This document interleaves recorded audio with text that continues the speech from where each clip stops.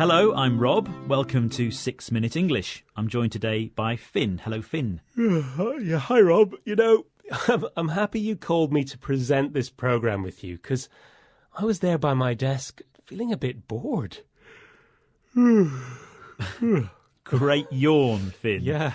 Now, yawn, of course, is a typical reaction of someone who is bored. Yeah, it's when you open your mouth wide and take some air in and slowly out.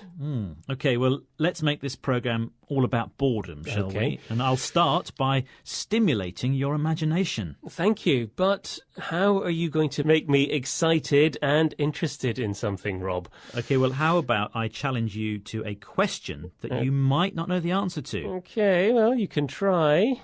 Go on then. Well, I know you like the theatre. I do, but it has to be an exciting play or I get restless. Restless, you mean unable to sit still because you get bored or worried even. OK, well, I wonder how you'd feel watching the longest continuous play recorded. Well, that's quite an offer. But what do you mean? Well, according to the Guinness Book of Records, the longest continuous dramatic performance was held in New Jersey in the US in 2010. But do you know how long the cast for The Bald Soprano by Eugene Ionesco was on stage for? Was it for about A, 8 hours, B, 17 hours, or C, 23 hours? Wow, they're all pretty long. I'll say B, 17 hours, Rob. Goodness, right, OK, well, I'll let you know the answer at the end of the programme. Now let's talk more about boredom. I think this is a feeling we have to learn how to cope with. Yes, we have to learn to deal with this situation successfully, to cope with it. But people often feel they want to change their life, to change their job. They might feel stuck in a rut. That's a good phrase, stuck in a rut. So you mean you have become too fixed in one kind of job? Yes, you know, Rob, even I sometimes dream of something a bit more exciting, like being a professional diver or maybe even a pilot of a really fast plane. Well, guess what? Even pilots get bored, you know. Not when they're flying anyway. Wrong. When they're up in the air. No way, really? I don't believe you. Well, Missy Cummings, an American, was a fighter pilot. Listen to the phrasal verb she uses, meaning to stop being bored, at least for a while. Is there ever time for a fighter pilot to get bored? Oh, my gosh, sure. For the same reasons that commercial pilots get bored. These fighter jets are very automated when it comes to just holding altitude and heading. So you can turn everything on autopilot. And I probably listen to more Oprah Winfrey TV shows on the high-frequency radios. And so you get good about using the technology to figure out how to stave off that boredom. So she listened to a show hosted by the American presenter Oprah Winfrey on the radio to stave off her boredom. Now, to stave off means to stop or to keep an unpleasant feeling away. Now, in this case, she means boredom. Yes, indeed. But some experts think there's something good about feeling bored. Really? Let's hear what Tiffany Watt-Smith has to say. She works for the Centre for the History of Emotions at the Queen Mary University of London.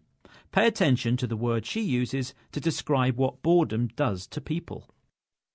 On the one hand, people are worried about being underoccupied and bored. On the other, there's a set of anxieties about us not having any more downtime. You know, we can constantly check our phones at the bus stop. Everything is to be filled. And what does that do to our minds? I think boredom is a very useful emotion. It's an emotion which spurs people on to change something about their environment. If you're bored, it gives rise to creativity.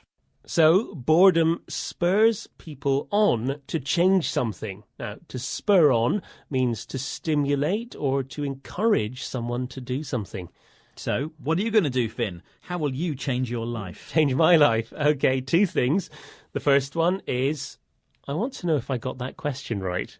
Well, I said at the beginning of the programme that the longest continuous dramatic performance was held in New Jersey, US in 2010. And I asked you, how long was the cast on stage for to play The Bald Soprano by Eugene Ionesco? Yes, the options were 8 hours, 17 hours and 23 hours, I think. And I said 17. Was I right?